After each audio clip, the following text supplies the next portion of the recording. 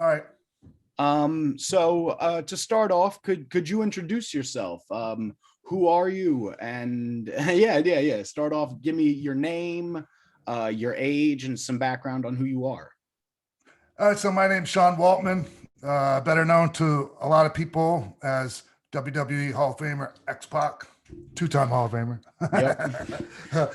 uh, Never thought I'd be alive to see that day, actually. But yeah, no, I battled drug addiction and specifically at one point, really hardcore opiate addiction. And so that's why we're talking because Suboxone saved my life. No, so talk to me. You know? I see Suboxone saved my life. That's the thing that I searched on Twitter to find you, essentially, to find people that wanted to talk about Suboxone. So talk to me about your opioid journey or your drug journey, so to speak. How did it begin? What got you into drugs? Well, so, I started in WWE at a really young age, like coming in at 20 years old, into that world.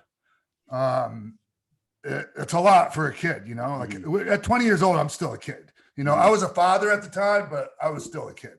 So I got caught up in everything and it's a tough job, man. We have a lot of injuries and, eventually I got caught up in taking pills, pain pills to help me sleep, things like that. And, it got bad. But never, during my main run in WWF, WCW, all that, like I never really got, seriously physically addicted to the pain pills. I was just taking Vicodin or things like that. And, Oxycontin wasn't really a thing, at the time. I mean, it was a thing, but it wasn't real prevalent in my circles. So, it was many years later, like I would say around 2010-ish, I ended up being really addicted hardcore to the opiates. Like I started off taking some Vicodins and it was making me feel great. And, then I had already had a history of IV drug use. And so I started getting, oxys and, crushing them things up and cooking them up and, booting them and intravenously. Did the changing of the chemical structure of Oxycontin affect you?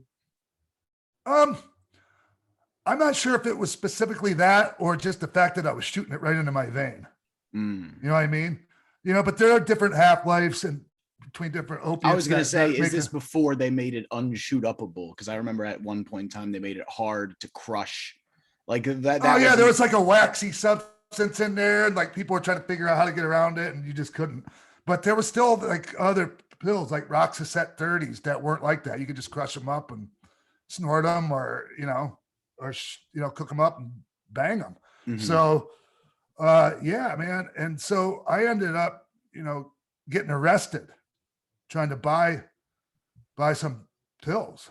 Mm-hmm. And it kind of forced me into trying to quit, man. And it's the worst thing I've ever been through. And I've been through a lot, man. You could Wikipedia me or look up my injuries and things like that, Jason. I can take a lot. And it's the worst thing I've ever been through is opiate withdrawals. Like a week and a half in, and I'm still hardcore. Like, I'm sure you've heard, from other people. Like I wanted to die, to be honest with you. It would have been like an option on the table if it was an actual, I like to think I wouldn't have done that, but like it definitely crosses your mind. It was terrible. And no, so, like,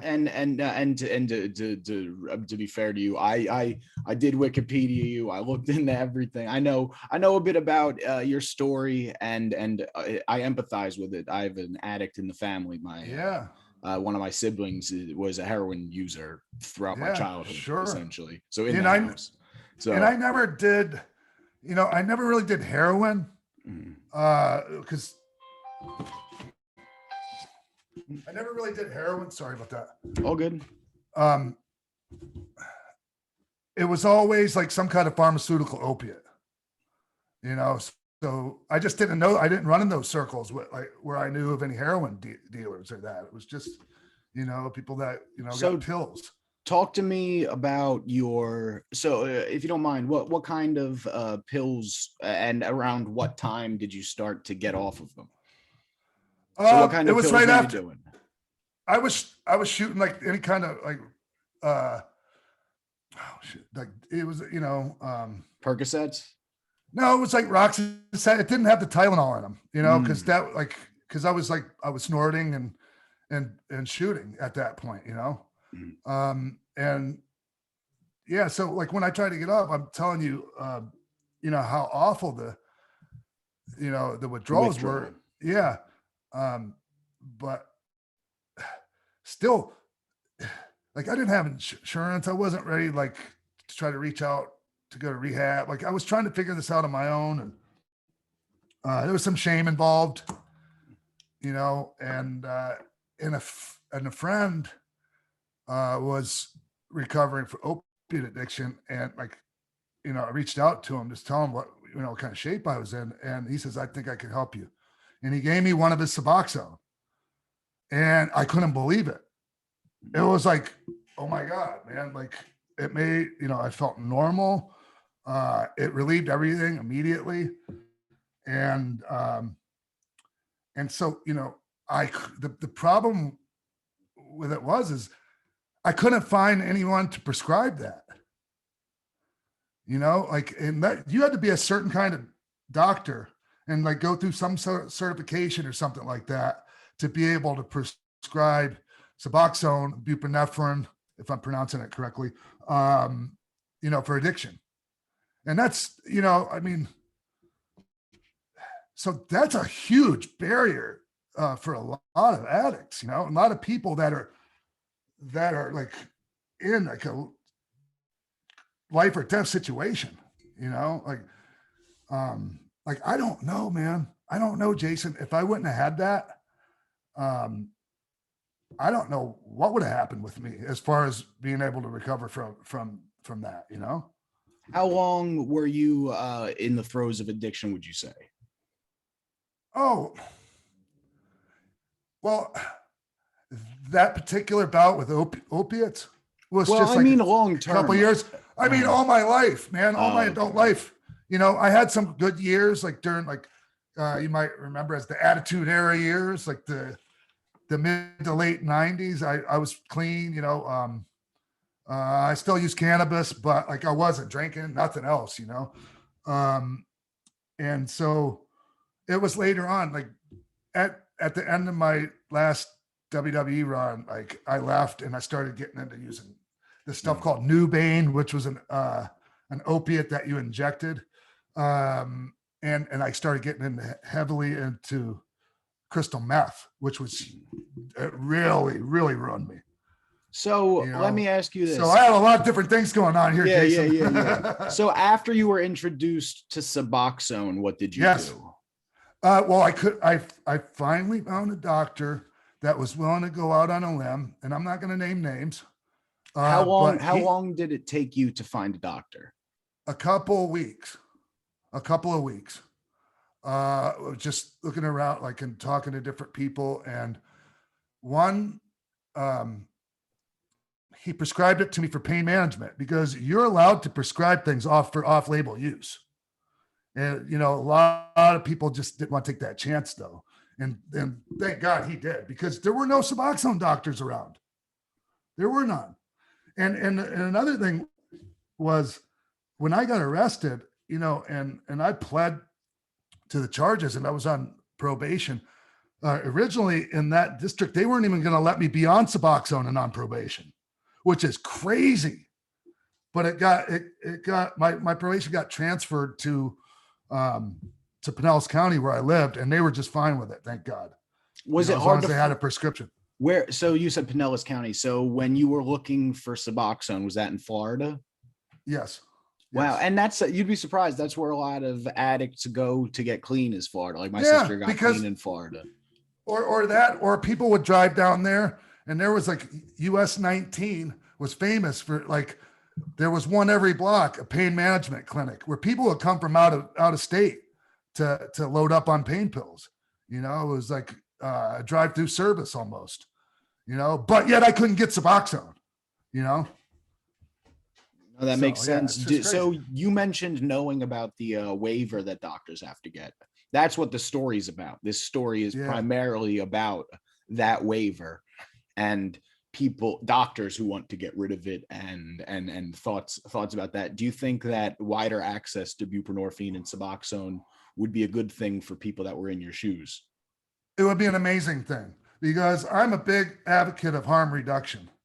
And says, you know, we need to keep our friends and loved ones alive until they have their breakthrough, man.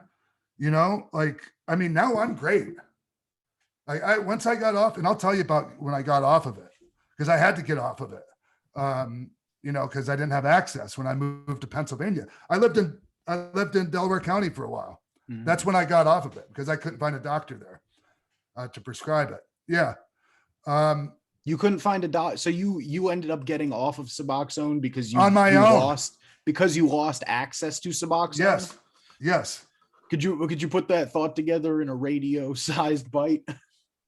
Oh, well, I mean, I had moved from Florida to Philadelphia, and when I did that, you know, I no longer had my doctor. A couple of times I went back to Florida to get my script filled, and then, you know, came back. That's how important this stuff was to me, you know, just to maintain a normal lifestyle. So while you lived in Pennsylvania, you flew back to Florida more than one time to get Suboxone and fly it back? Yeah, twice. Yeah. Yeah, because I mean, this is what kept me stable, you know, because I wasn't like, you know, I wasn't really using anything else, but I still wasn't ready. I didn't know if I was ready, you know. It helped me feel secure, and, you know, I knew I wasn't gonna relapse or overdose while I was on it. You know? Were you able to work while you were on Suboxone? Oh, absolutely. Everything. Like, people that tell you, oh, it's just, you know, you're just mood altering, you're just getting high. No, you don't. Like, if you actually had a serious opioid addiction, Suboxone is not going to get you high, ever. It's just not. It doesn't work like that. Like, people that have used it will tell you that. And yeah, doctors seem to be worried that people will be abusing Suboxone if they it's really, I mean, yeah, sure. Like, there are some people that are just so far out there that they'll try to abuse anything. They'll abuse Benadryl up over the counter, you know? But it's just really not, it's really not a thing. I mean, like, really, I'm not saying it doesn't happen, but it's really not a thing, man. It's really not. Would it surprise you if, of the 2 interviews about Suboxone users today, that you are 2 of 2 to tell me that you got it for the first time illegally? Like, I mean, technically, I don't know if it was illegal. You're not supposed to. I don't know if illegally. You both got it from a friend. You both didn't get it from a doctor. That's part of the black market, you know? Yes. Yeah, no surprise at all. Would it surprise you that there's a big black market for Suboxone? No, it wouldn't surprise me at all, because, like, once you've been on it, if you lose access to it and in your mind, you're not ready to get off it, like, you'll do what you can to keep on living your life normally, you know, like and plus, okay, here's the thing. While I was still living in Florida, I tried to get off it myself, and I tried to jump off too quick, and it was bad. It was just like when I was withdrawing the first time before I started using Suboxone. And so I was a little concerned once I was in Pennsylvania and knew, okay, I wasn't getting any more Suboxone. I had this many left, and I had to figure out how to taper down myself, Jason. And I did it successfully. And I tapered off, and I came in for a smooth landing to the point where I didn't have any issues at all coming off. And I've never had I can honestly tell you, I haven't had a craving since. And I've had a few surgeries. I just had ACL surgery And I was prescribed Vicodin. There was no issues whatsoever. I didn't even finish the script, you know? So, yeah, it's been, I have nothing but amazing things to say about that. No, that's good to hear. And do you think that you would have been better off with like a doctor or therapy or something going along with the Suboxone use if it was available to you? Oh, it's always like, okay, if you're going to do it, like it really should be a part of a recovery program, you know, something. I'm not a 12-step guy at all. 12 steps, not what did it for me. You know, I had therapy and things like that, but I'm not saying don't do 12 steps, but like a lot of 12-step programs will, and like sponsors or whatnot, they'll shame you into, oh, you need to get off of that, you know? And I knew people that are no longer alive today because of that particular kind of stigma and shame. Talk to me about the stigma that comes along with opioid use and along with Suboxone use. Yeah, well, you're cheating. You're not really in recovery. Here's the thing, man. For me, you can't tell me I'm not in recovery when my life is great. Like things are like, I've built my life back up again. Like people trust me, you know, I'm reliable. I feel great on a daily basis. Like, and you're going to tell me I'm not in recovery because I'm not doing it by the book. Sorry. No, I don't need somebody else to tell me, like, I don't need their approval. That's all I'm saying, you know. I don't mean to get like a certain kind of way about it, but it pisses me off, Jason. No, I get it. It makes sense. Because a lot of people who have never been through things try to tell people what to do, and it can have its. I understand your frustration, and I have all the respect in the world for people that, you know, went through the withdrawals and never used anything like that because it wasn't available. So they think that's the only way to do it, but it's not, man. Like it's not. Would you tell somebody to quit using their blood pressure medication? Because, you know, like, I mean, it's not exactly equivalent to something like that, but I mean, we're talking about chronic illness here. And sometimes people need to take medications for the rest of their life, you know? No, like if someone needs to take that forever, yeah. If someone needs it beyond that indefinitely, it's better than them dying or, you know, getting off of it. Or it's better than the alternatives. Yes. Yeah. And, you know, what's it called? Final thoughts? Any thoughts on Suboxone use or the use of buprenorphine that we haven't covered? Anything you want to say about the X waiver or making it more accessible? I just think it needs to be able, like, I think a doctor needs to be able to prescribe it to you. I think your personal physician needs to be able, they know you, you know, and I just hate like when a government gets involved and like, I mean, this is between your doctor and you know, and it's much easier to get Oxycontin than it is to get buprenorphine. Yeah. Well, here's the thing. There are a lot of people that are fighting like it being, you know, given wider access.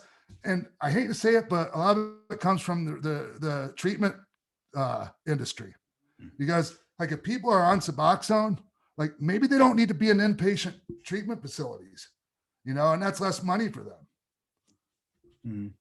No, it's something to consider. It's always the healthcare industry is very hairy between insurance companies and government contracts and the pharmaceutical industry. It's all very hairy and pretty corrupt as far as that goes. Yeah. But no, I think that's it. I'm going to stop recording now and then